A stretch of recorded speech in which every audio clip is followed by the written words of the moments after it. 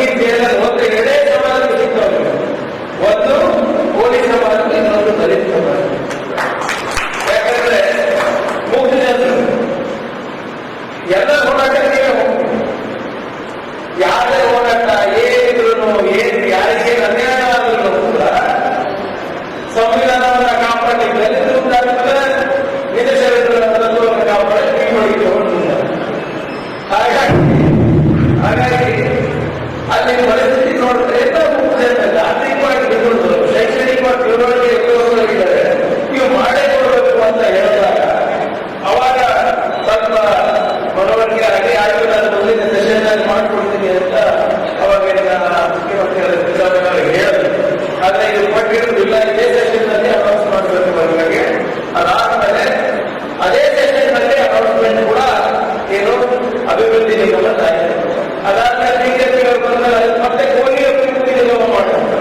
ಅಂಬೇಡ್ಕರ್ ಚಳವಳಿಯ ಹೆಸರು ನಾವು ಬದಲಾವಣೆ ಮಾಡಲಿಕ್ಕೆ ಪ್ರಯತ್ನ ಮಾಡಿ ಕೋಲಿ ಅಭಿವೃದ್ಧಿ ನಿಗಮ ಮಾಡಲಿಕ್ಕೆ ಪ್ರಯತ್ನ ಮಾಡಿದ್ರು.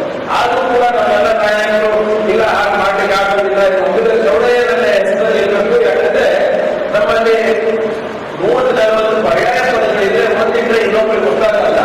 ಆದ್ರಿಂದ ಅಂಬೇಡ್ಕರ್ ಚಳವಳಿಯ ಹೆಸರನ್ನ ಇಟ್ಟರೆ ನಾವೆಲ್ಲರೂ ಆ ಒಂದು ತತ್ವ, ಆ ಒಂದು ನೀತಿನಲ್ಲಿ ಬೆಳೆದಂತ ವ್ಯಕ್ತಿಗಳಿರ್ತೀವಿ.